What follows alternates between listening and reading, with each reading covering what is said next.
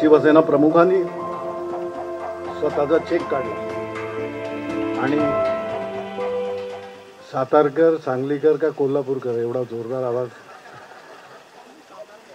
या पश्चिम महाराष्ट्रातील सर्व शिवसैनिक बंधू भगिनींच्या या मेळाव्यामध्ये व्यासपीठावर उपस्थित शिवसेनेचे उपनेते आणि ज्यांची ख्याती शिवव्याख्याते म्हणून खरोखर त्यांचं कुठचंही व्याख्यान असेल तर आणि मी तिथं असेन तर मी आवर्जून प्रत्येक शब्द ऐकतो. ते आमचे सर आम्ही त्यांना म्हणतो, नितीनजी बानगुडे पाटील. या लोकसभा 2024साठी सांगली लोकसभा जी गाजते, आता चंद्रहार बोलले स्वतः, पण कर्तृत्वानं आणि स्वभावानं आणि शेवटी शिवसेना उद्धव बाळासाहेब ठाकरे, ज्या उद्धवजींवर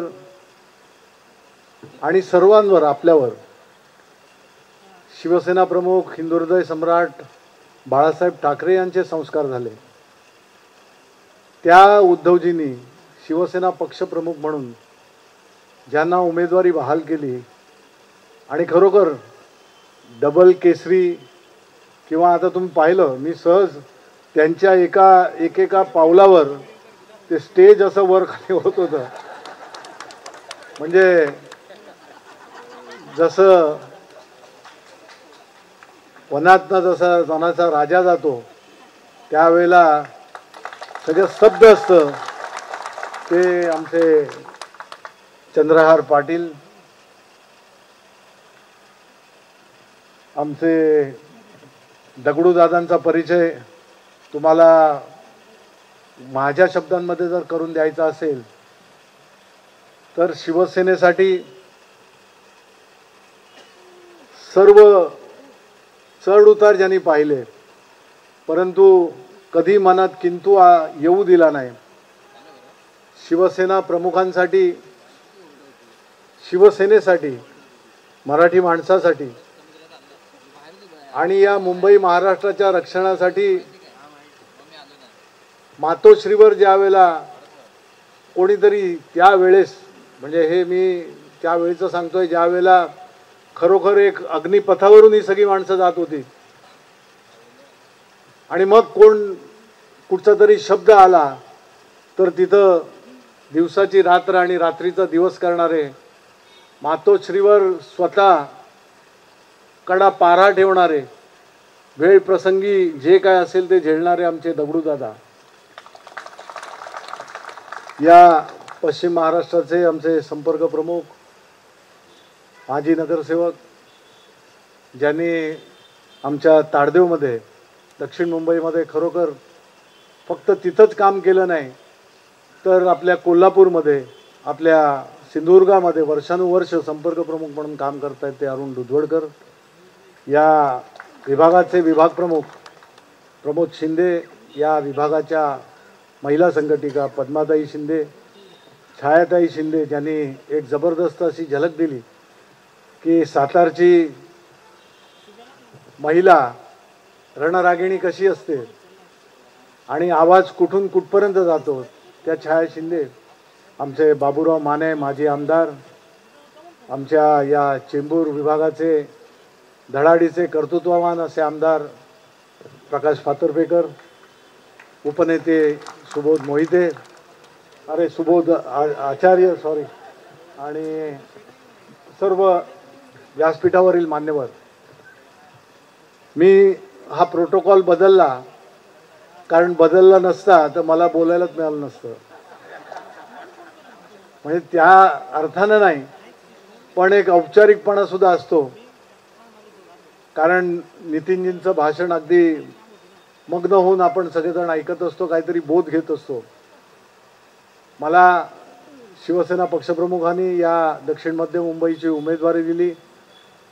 आपल्या सर्वांच्या ताकदीवर, आपल्या सगळ्यांच्या जनसंपर्कावर एका मजबूत विश्वासानं ही उमेदवारी दिली आणि ती मी स्वीकारली हा शब्द शिवसेना पक्षामध्ये येत नाही. याचं कारण आपल्यामध्ये आदेश असतो आणि पक्षप्रमुखांचा आदेश हा शिरसावध्य मानून प्रत्येक शिवसैनिक हे आपलं मार्गक्रमण करत असतो. मीही त्यातलाच एक शिवसैनिक आहे. गटप्रमुखांचे मेळावे, आपल्या बैठका ह्या रोज आता होत असतात, भेटीगाठी आपल्या रोज होत असतात. पण काही 2-3 गोष्टीच फक्त महत्त्वाच्या सांगेन, ज्या कालही एका मेळाव्यामध्ये मी सांगितल्या आणि त्या सर्व संपूर्ण महाराष्ट्रात लागू आहेत. त्यातली सगळ्यात महत्त्वाची गोष्ट की तुम्हाला या निवडणूक आयोगाने सक्षम ॲप म्हणून वृत्तपत्रातनं, इलेक्ट्रॉनिक चॅनलमधनं खूप तुम्हाला दाखवलं आहे.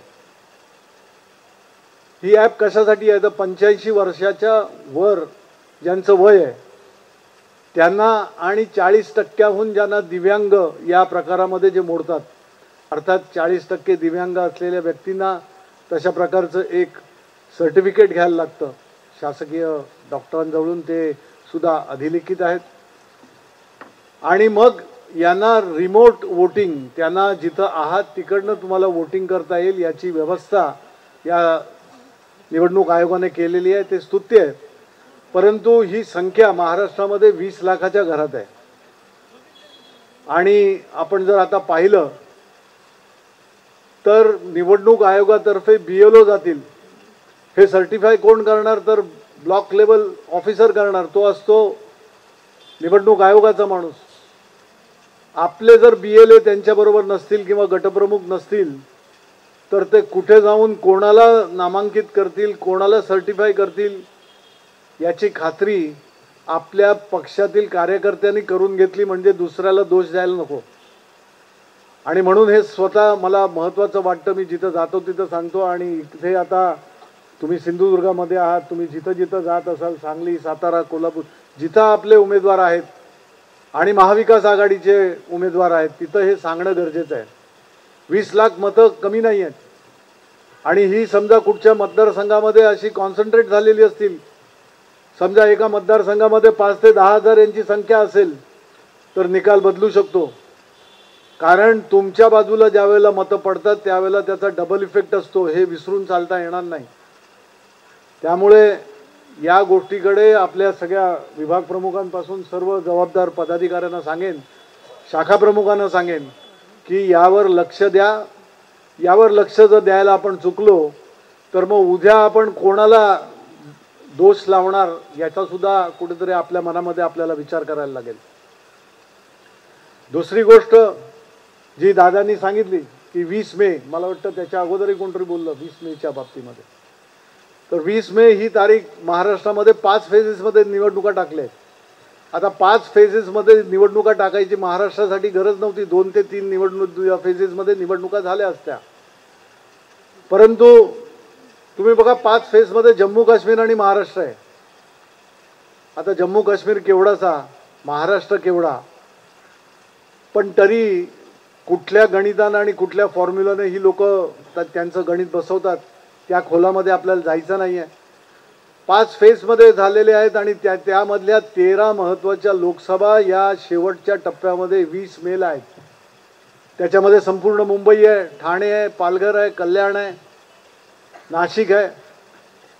या महत्त्वाच्या 13 लोकसभा निवडणुकींचं महत्त्व अशासाठी की मुंबई, ठाणे वगैरे या ठिकाणी असणारे, जसं आता पश्चिम महाराष्ट्रातली लोक आहेत, आपण कोकणातली मंडळी आहे, वर्षभर मेहनत करून आपल्या मुलाबाळांच्या परीक्षा झाल्या, कॉलेजच्या मुलांच्या परीक्षा झाल्या की कुटुंबाच्या कुटुंब जातं गावाकडे आणि गावी जाऊन सुखानं आंबा, काजू वगैरे या सगळ्या गोष्टींचा आस्वाद घेत असतं.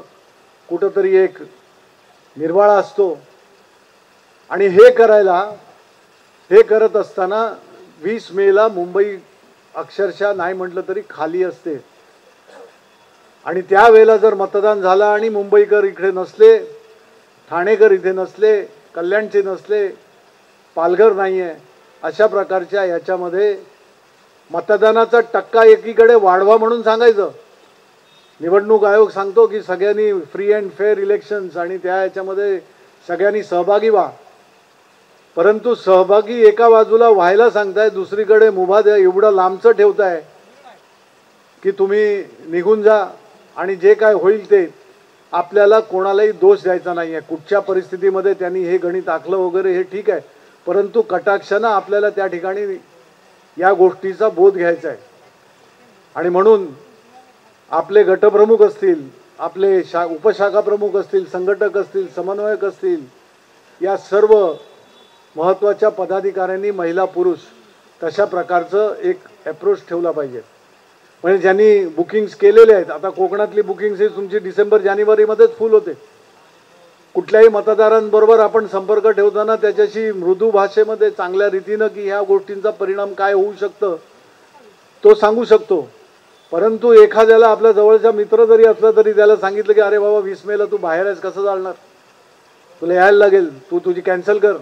तो मनातल्या मनात म्हणेल एकतर मी माझं बजेट सगळं सांभाळून माझ्या गोष्टी ज्या काय आहेत ते सगळं हे करून करतोय, माझ्या घरात कार्य असेल, माझ्या घरात आणि कुठचाही समारंभ असू शकतो. पण या गोष्टी ज्या वेळेला तुम्ही एका वेगळ्या अर्थानं वेगळ्या चांगल्या भावनेनं तुम्ही सांगाल त्यावेळेला प्रत्येकजण तशा प्रकारचा निर्णय आपला निश्चित बदलतो.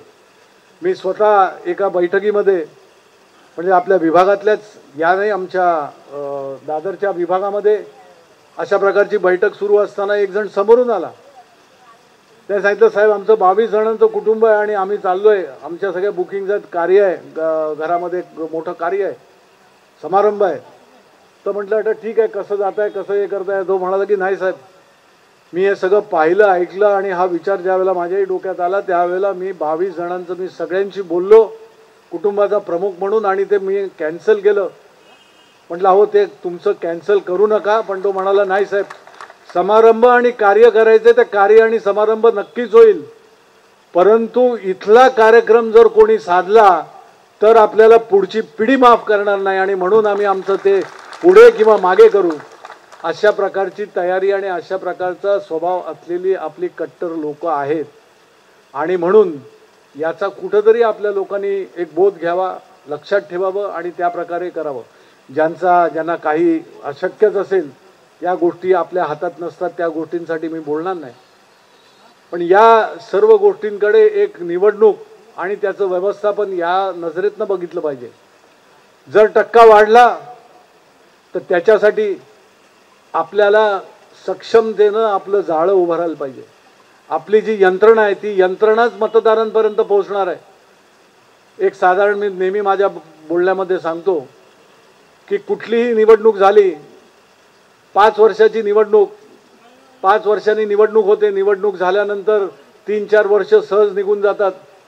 जिंकलेले लोकप्रतिनिधी आपापल्या कामामध्ये मग्न असतात, तुमच्या पक्षाच्या कार्यामध्ये मग्न असतात नसतात या गोष्टींची काही नाही. पण 4 वर्ष झाल्यानंतर प्रत्येक पक्ष आपली जी काही कार्यकारिणी आहे, आपली जी काही कार्यकर्त्यांची फौज आहे याला कुठंतरी सक्षम करण्याचे प्रयत्न करत असतात. आणि मग ही कार्यकारिणी किंवा तुमची जी काही कार्यकर्त्यांची फौज आहे ही आपल्या मतदारांपर्यंत पोहोचू इच्छिते. मतदारांपर्यंत पोहोचण्याचा प्रयत्न यासाठी असतो की मतदारांना मत बनवायचं असतं. 5 वर्षामध्ये आलेला अनुभव, 5 वर्षामध्ये लोकप्रतिनिधीने केलेलं काम, त्यांनी सोडवलेल्या समस्या, आपल्या मदतीसाठी आलेला नाही आलाय, आपल्या भागाचा विकास झालाय न झालाय हे सगळं अलायदा. पण माझ्या कुटुंब, प्रत्येक मतदाराचं एक छोटंसं जग असतं आणि ते त्याच्या कुटुंबापुरतं असतं. माझ्या कुटुंबामध्ये या 5 वर्षामध्ये काय फरक पडलाय, माझ्या मुलाबाळांना शिक्षणाची सोय, माझ्या मुलाबाळांना, आई वडिलांना, भाऊ बंधांना आरोग्याची जी काय परिस्थिती होती 5 वर्षापूर्वी त्यात सुधारणा झाली आहे का? आम्ही राहतो त्या सोसायटीमध्ये, आम्ही राहतोय त्या वाड्या वस्त्यांमध्ये काय आमच्या बाकीच्या ज्या सोयी सुविधा आहेत त्या आम्हाला मिळाल्या का? वीज पाणी रस्ता ह्या गोष्टी होत्या का? आमच्या वाहतुकीचा जो काही आम्हाला सुविधा लागते त्यामध्ये काही सुधार झाला आहे का? या सर्व गोष्टी तो आपल्या कुटुंबाच्या माध्यमातून बघत असतो. आणि त्यावर तो ठरवतो की जे पक्षाचे कार्यकर्ते 4-4 वर्षानंतर आपल्याशी येतात त्यामधला आपल्यासाठी सतत सातत्याने आमच्याशी जवळीक ठेवणारा तो पक्ष कुठला आणि तो कार्यकर्ता कुठला. आणि म्हणून इथं शिवसेना आणि इतर पक्ष यांच्यामधला हा फरक आहे. आज मित्रपक्षाचे आपले जे काही कार्यकर्ते आहेत, पदाधिकारी आहेत, तेही आपल्यासाठी व्यवस्थितरित्या काम करत आहेत. परंतु आपल्या कार्यकर्त्यांचा जो काय आदर आणि मान सन्मान लोकांच्या मनामध्ये आहे ते मी सांगतोय. इतर पक्ष आणि शिवसेना याच्यामध्ये फरक आहे. कुठली दुर्घटना झाली, कुठे आपत्ती आली, कुठं काय झालं तर तिथे सरकारी मदत येते की नाही, पोलीस यंत्रणा येते की नाही याची वाट न बघता स्वतःच्या जीवाची पर्वा न करता आपत्ती आणि दुर्घटनेसाठी धावणारा तो शिवसैनिक असतो आणि तो आदर त्या आपल्या लोकांच्या मनामध्ये कायम आहे. आणि म्हणून ज्या वेळेला शिवसेनेच्या या संपूर्ण इतिहासामध्ये चढउतार अनेक पाहिले, परंतु गेल्या 2 वर्षाच्या एकंदरीत झालेल्या महाराष्ट्राच्या राजकारणाचा जो तळ जो गाठला गेलेला आहे, ज्या पद्धतीनं राजकारण झालं, षडयंत्र म्हणा किंवा काही कशा रीतीने घातल्या कपड्यानिशी मुख्यमंत्री जे चांगल्या रीतीने काम करत होते, उद्धवजी जे चांगल्या रीतीने सक्षमतेने या महाराष्ट्राच्या महाविकास आघाडीचं नेतृत्व करून महाराष्ट्राला दिशा दाखवत होते, त्यांना घातल्या कपड्यानिशी वर्षा बंगल्यावरून पाय उतार व्हायला लागलं. त्या दिवशी महाराष्ट्र ढळढळला, महाराष्ट्र हळहळला. महाराष्ट्राच्या प्रत्येक नागरिकाच्या डोळ्यामध्ये अश्रू होते आणि त्या अश्रू नागरिकांच्या डोळ्यामध्ये होते. मतदारांनी त्याच वेळेला निश्चय केला, हे झालं ते बरोबर नाही, आम्हाला पटलेलं नाही आहे आणि याच्या बाबतीमध्ये जर आम्ही खऱ्या रीतीनं याच्यामध्ये जर महाराष्ट्राच्या राजकारणामध्ये, महाराष्ट्राच्या संस्कारामध्ये पुन्हा सुधारणा करणार तर ती संधी आहे लोकसभेची ही निवडणूक आणि ही निवडणूक येऊन ठेपली आहे. त्यांनी निर्धार केलेला आहे आणि म्हणून यावेळची निवडणूक इतर निवडणुकांपेक्षा वेगळी आहे. दरवेळेला आपल्याला लोकांबरोबर राहून, लोकांबरोबर संपर्क ठेवून त्यांना मत आपल्या पक्षाला द्या म्हणून त्यांचं मत बनवायला लागतं. तो बनवण्याचा प्रयत्न आपण करत असतो, पण यावेळेला मतदारांनी मत बनवलं आहे ते वाट बघतायत फक्त कार्यकर्त्यांची. तुम्ही संपर्क साधत ठेवा, तुम्ही संपर्क कायम ठेवा, चांगल्या रीतीने ठेवा. तुमच्यावर झालेले संस्कार हे शिवसेना प्रमुख बाळासाहेब ठाकरेंचे आहेत. इथे समाज आहे, इथे समाजाची बांधिलकी आहे, इथं फक्त राजकारणासाठी राजकारण नाही आहे. इथं कोणी असला, इथे एक दुसऱ्याला चांगल्या रीतीने ओळखणारी माणसं आहेत. कुठे कुठल्या भागामध्ये, कुठल्या तालुक्यामध्ये, कुठल्या गावामध्ये कुठच्या शिवसैनिकाला काही झालं तरी मनामध्ये प्रत्येक शिवसैनिकाच्या धस्स होतं, तो त्याच्यासाठी धावत असतो. तुम्हाला फक्त एक शेवटचं उदाहरण देऊन सांगतो. 1992-93ला ज्या वेळेला मुंबईमध्ये दंगली झाल्या, ज्या वेळेला महाराष्ट्राची खरोखर परिस्थिती काय होणार, काय कशा रीतीने जाईल, मुंबई राहील की नाही असा प्रश्न होता, शिवसेना प्रमुखांनी मुंबई सावरली. शिवसेना प्रमुखांच्या आशीर्वादानं, त्यांच्या एका आवाजानं, त्यांनी दिलेला हाकेला संपूर्ण सगळे नागरिक स्तब्ध झाले. आणि मग असाच एक 93-94चा तो काळ होता ज्यावेळेला शिवसेना प्रमुख स्वतः शिवसेना भवनमध्ये येत होते. मी लोकाधिकार समितीचा एक कार्यकर्ता म्हणून तिथे काम करत होतो. शिवसेना प्रमुख मला एक LICचा कार्यकर्ता म्हणून मला ओळखायचे. त्यांनी मला बोलवणं पाठवलं. भालचंद्र ठाकूर होते आणि त्यांनी विचारलं की अरे तू LICमध्ये काम करतोस. मी वास्तविक न्यू इंडियामध्ये होतो, पण त्यांनी आपुलकीने विचारलं की अरे मला इन्शुरन्सचं काम आहे, व्यवस्थितरित्या कोण होईल. मी सुधीर भाऊंच्या कानी टाकलं. सुधीर भाऊंनी साहेबांशी बोलले. सुधीर भाऊ बोलले अनिल चला आपण साहेबांना काहीतरी इन्शुरन्स संदर्भामध्ये हवं आहे.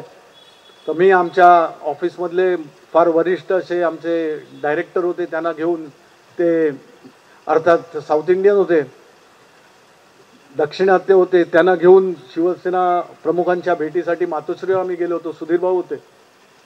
शिवसेना प्रमुखांनी त्यावेळेला सांगितलं की ह्या सगळ्या काही आपत्ती होतात, दुर्घटना होतात, दंगली होतात, याच्यामध्ये निधड्या छातीचा माझा शिवसैनिक जातो, तिथं मदत करतो, परंतु त्याला वेळ प्रसंगी त्याचे प्राण गमवावे लागतात. त्याचा प्राण त्याचं काय बरं वाईट झालं तर त्याचं कुटुंब उघडं पडतं. काय करावं याच्यासाठी कुठची काय इन्शुरन्सची योजना आहे. आमच्या टेक्निकल डायरेक्टरनी सांगितलं की मला 2 दिवस द्या, मी एक टेक्निकल पॉलिसी तुम्हाला व्यवस्थित डिवाइस करून देतो. आणि 2 दिवसांनी त्यांच्याबरोबर बसल्यानंतर पर्सनल ॲक्सिडेंट म्हणजे वैयक्तिक अपघात विमा योजना ही त्यांनी व्यवस्थित करून आणली. शिवसेना प्रमुखांना त्यांनी विचारलं की शिवसेना प्रमुख साहेब तुम्हाला कशा रीतीने पाहिजे. त्यांनी सांगितलं मला 25,000 शिवसैनिकांचा विमा काढायचा आहे.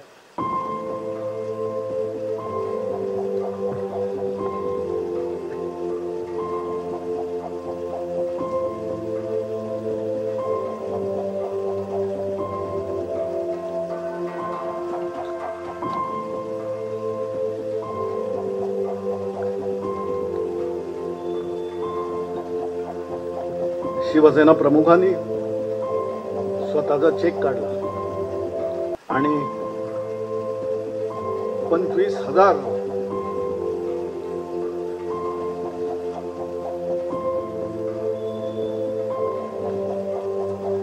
शिवसैनिकांना जनरल इन्शुरन्सचा तो विमा दिला।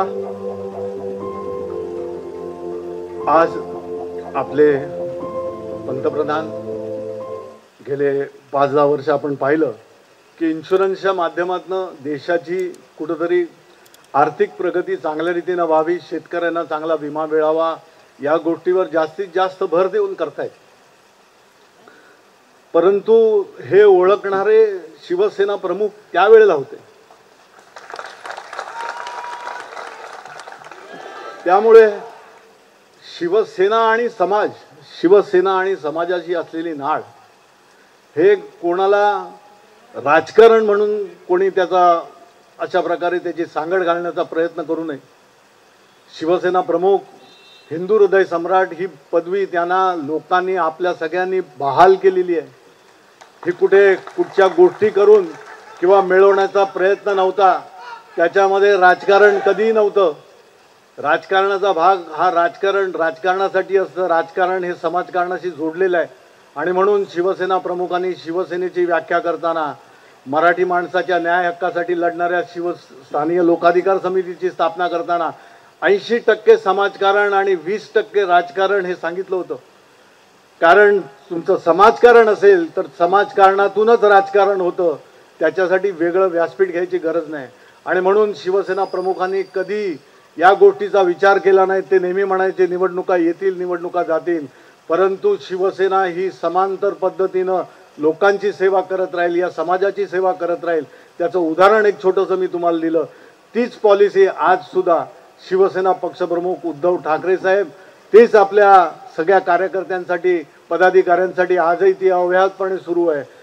न करो कोणाला त्या वैयक्तिक विमा अपघातामध्ये काहीतरी हे होऊन त्यांच्या कुटुंबावर तशी आपत्ती येऊ, परंतु अशा प्रकारे सुरक्षा देण्याचं माझ्या कार्यकर्त्याला, माझ्या पदाधिकाऱ्याला, माझ्या शिवसैनिकाला अशा प्रकारे सुरक्षा देण्याचं काम हे त्यावेळेला, आज त्या गोष्टीला जर तुम्ही पाहिलं तर 30 वर्षाहून अधिक वेळ झालेला आहे, परंतु हे काम करणारी ती शिवसेना आहे।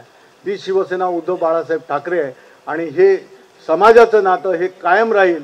निवडणुका येतील, निवडणुका जातील, कोण लोकप्रतिनिधी होतील, कोण लोकप्रतिनिधी होणार नाहीत हे ठरवणारी जनता आहे। जनतेला माहीत आहे की माझा लोकप्रतिनिधी कोण असला पाहिजे, कारण बाळासाहेब नेहमी म्हणायचे माझा लोकप्रतिनिधी हा जनतेसाठी, जनतेमध्ये राहणारा, जनतेच्या खांद्याला खांदा मिळून त्यांच्या समस्यांशी एकरूप होणारा तो माझा लोकप्रतिनिधी। आपल्याला या लोकसभेमध्ये जे निवड तुम्ही शिवसेना उद्धव बाळासाहेब ठाकरे पदाधिकाऱ्यांची, आमच्या उमेदवारांची जे काय कराल ते आपल्या हाती आहे। आपण मतदारांशी संपर्क चांगल्यात चांगला ठेवून मजबूतीने शिवसेना उद्धव बाळासाहेब ठाकरे पक्षाच्या प्रत्येक उमेदवाराला निवडून द्याल अशी अपेक्षा व्यक्त करतो। आणि भावनात्मक याने मी सांगितलेलं हे कुठेही आजही माझ्या मनात तेवढंच आणि तशा प्रकारचंच हे आहे। कुठेही आपल्याला याच्यामधनं राजकारण किंवा हे करण्याचा कुठेही संबंध नाही, विषय नाही। आपल्या सगळ्यांना या निमित्तानं शुभेच्छा देतो। जय हिंद, जय महाराष्ट्र। एबीपी माझा, उघडा डोळे बघा नीट।